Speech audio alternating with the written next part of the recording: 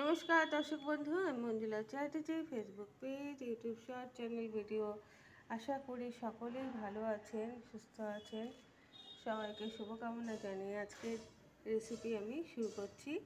এই যে সাধারণ চালটাকে আমি অসাধারণভাবে ফ্রাইড রাইস বানাবো। তো তার জন্য আমি খুব সামান্যই জিনিস নিয়েছি। টমেটো, বিনস, একটু বাদাম গুঁড়ো, ক্যাপসিকাম, কাঁচা লঙ্কা, এখানে আছে গরম মশলা, আর এখানে আছে বাটার দিয়ে বানাবো, টেস্ট খুব ভালো হয়।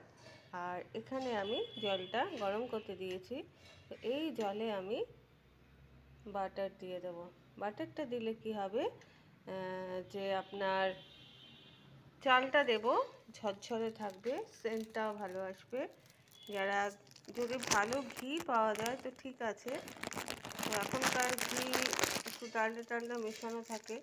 আমি বাটারটা দিচ্ছি, তার সঙ্গে আমি এখানে দিয়ে দেবো একটু গরম মশলার। এটা এখন জলটা ভালো করে ফুটবে, তারপর আমি চালটা দেব। জলটা ফুটছে, আমি এবার একটু নুন দিয়ে দিলাম।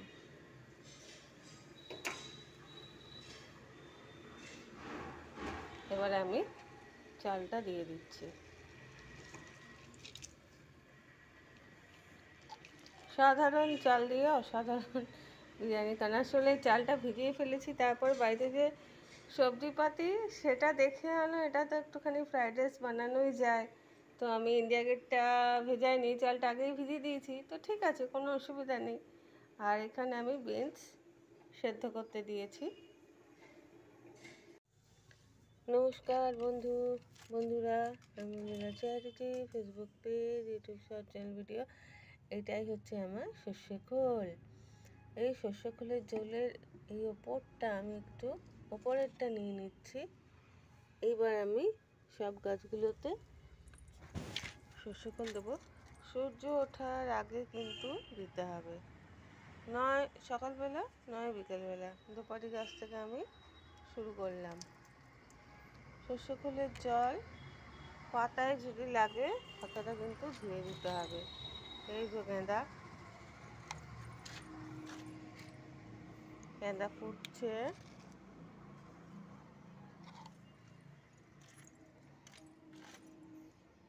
এখন আমি সারা শীতকাল গেঁদা পাবো।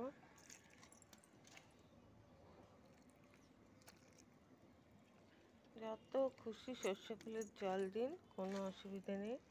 এই যে আমার লঙ্কা গাছটা মরো হয়ে গেছিলো, সর্ষে ফুলের জল দিয়েই কিন্তু আমি এটাকে বাঁচিয়েছি। এই যে আরেকটা লঙ্কা। আর পুরো যখন সর্ষে খোলটা দেবো সেটাও আমি দেখাবো। এটা জলটা দিলাম, সর্ষে খোলের সঙ্গে কতটা জল মিশিয়ে দিতে হয় সেটা আমি আর 2-4 দিন পরে দেখাবো। দেখুন আমার গাছগুলোর চেহারা কত সুন্দর হয়েছে। প্রথমে আমি জিরে ফোড়ন দিয়ে দিলাম, তার সঙ্গে একটু গরম মশলা ছিটে এসেছিল। বীজটাকে আমি একটু সিদ্ধ করে নিয়েছি। প্রথমে আমি এখানে দিয়ে দিচ্ছি টমেটো।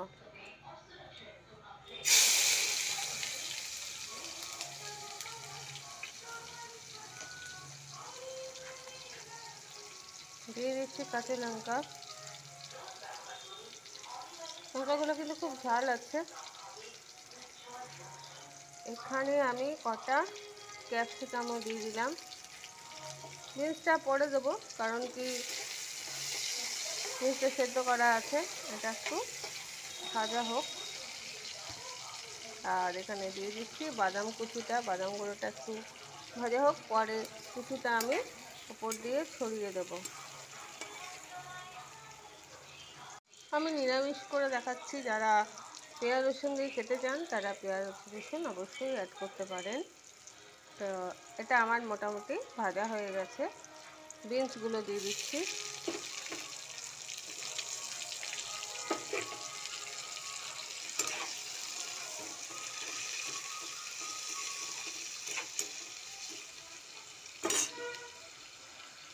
এখানে এবারে আমি হলুদ গুঁড়ো, জিরে গুঁড়ো, যা যা দরকার সমস্ত মশলা এখানে আমি দেব।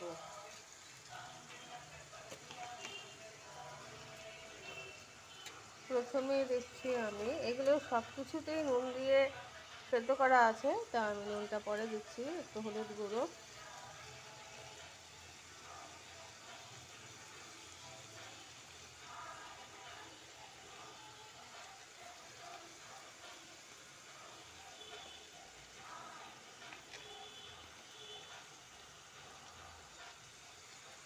জিরে গুঁড়ো,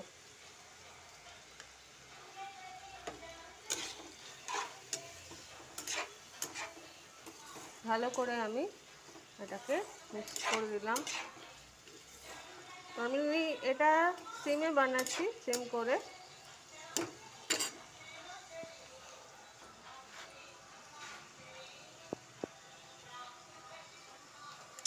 অনেকে রাইসটার মধ্যে চিনি দিয়ে দেয়, কিন্তু আমি দিইনি, আমি এইখানে দিয়ে দিচ্ছি।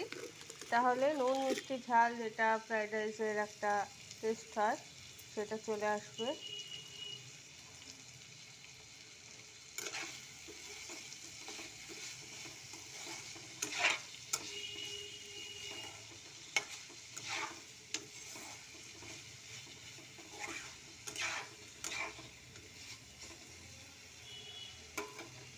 দিয়ে দেবো আমি সামান্য লবণ।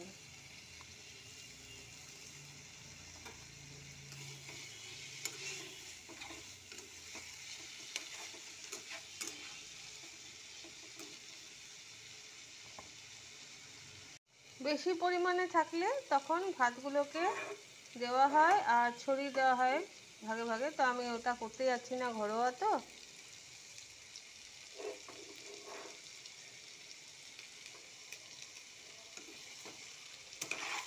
আমি একদম মিক্সড করেই দিচ্ছি।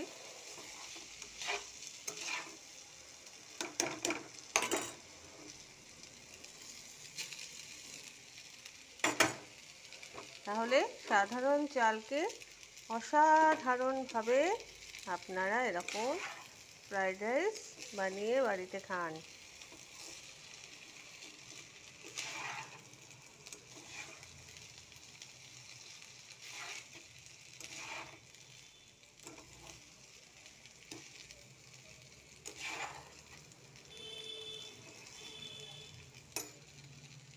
কমপ্লিট হয়ে গেছে। ওপর দিয়ে আমি একটু সাজিয়ে দিচ্ছি, গার্নিশিং করে দিচ্ছি কাঁচা tomato,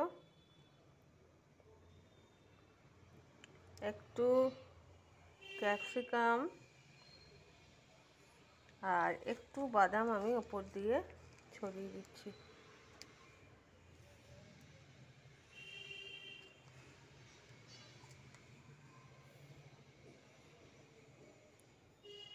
thank you so much.